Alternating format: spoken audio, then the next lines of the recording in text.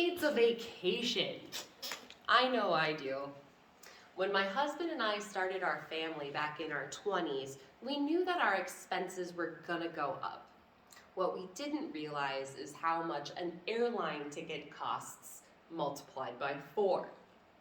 So we decided the best way to be able to keep our finances in check while also enjoying time as a family would be to utilize a national park pass and visit our own parks here in the United States.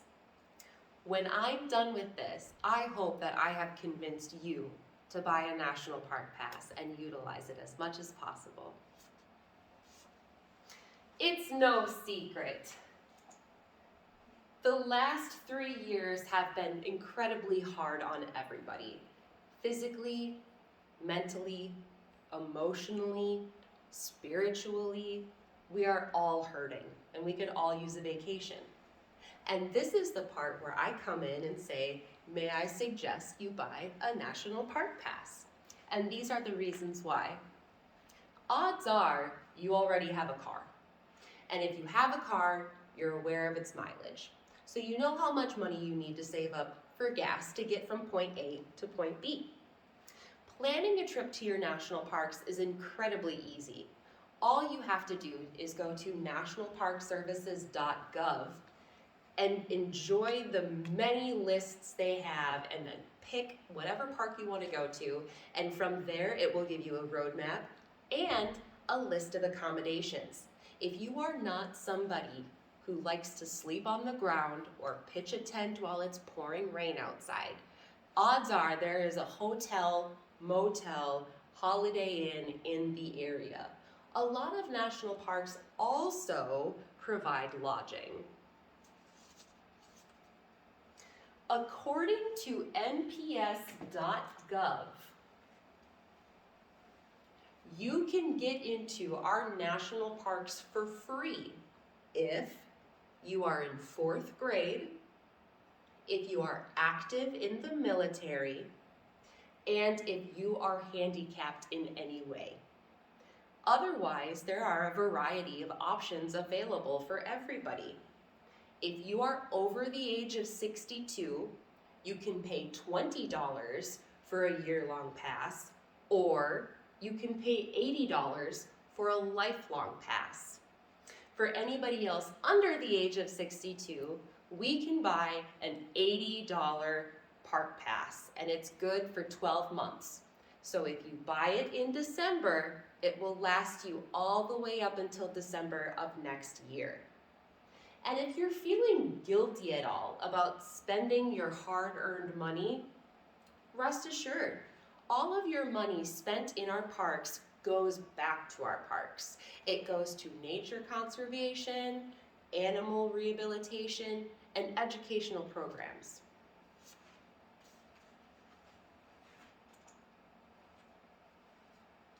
According to the Benefits of Travel, Family Relationships Review by University of Massachusetts, travel increases your quality of life. It improves the positive relationships that you have between the people that you vacation with. So if you're in the car for 8 hours with your siblings, odds are you're going to come out better communicated, right? Exactly. It also states that there is a positive relationship between leisure activities and marital happiness.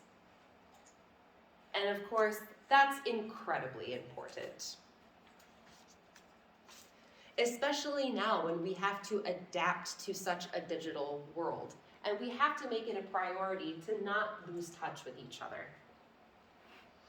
If you go into a restaurant at any time, I ask you to look around and see how many people are sitting at a table with their faces in their phones. Or better yet, walk into a restaurant and observe any parents handing a tablet or a phone over to their small child. And I'm not saying it's the wrong thing to do. I'm just saying that it's a way to block communication. And vacations and communications are one in one. According to the International Journal of Geoheritage and Parks, health, and ecosystems are one in one. When we are out in nature, our 5 senses are completely stimulated. And just like our body, our 5 senses need exercise as well. When we are using them in nature, we are exercising everything that we can. And there are so many activities for all ages, apparently. I mean, look at this one. So easy, a hammock and tired toddlers.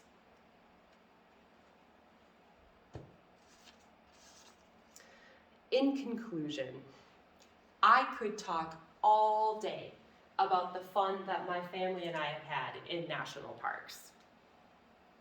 In fact, I'm happy to report that many memories that were going to start bad have ended up well. Like the time my husband and I had to set our pop-up camper up in the pouring rain in Canada with 2 children who had been in a car for a solid 5 hours and did not want to stay in the car. We got our camper set up, we were crabby, we were kind of hungry, and our children just really needed our attention. So we decided that we were just gonna tell scary stories. And by the end of that, my husband and I were laughing hysterically. And from now on, whenever we set up our camper, we talk about the fact that he had to fight Bigfoot in the parking lot, according to our 6-year-old at the time.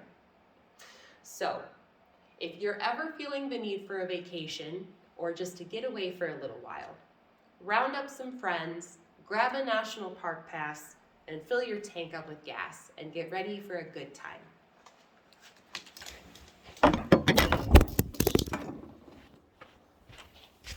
That's a way to end a video.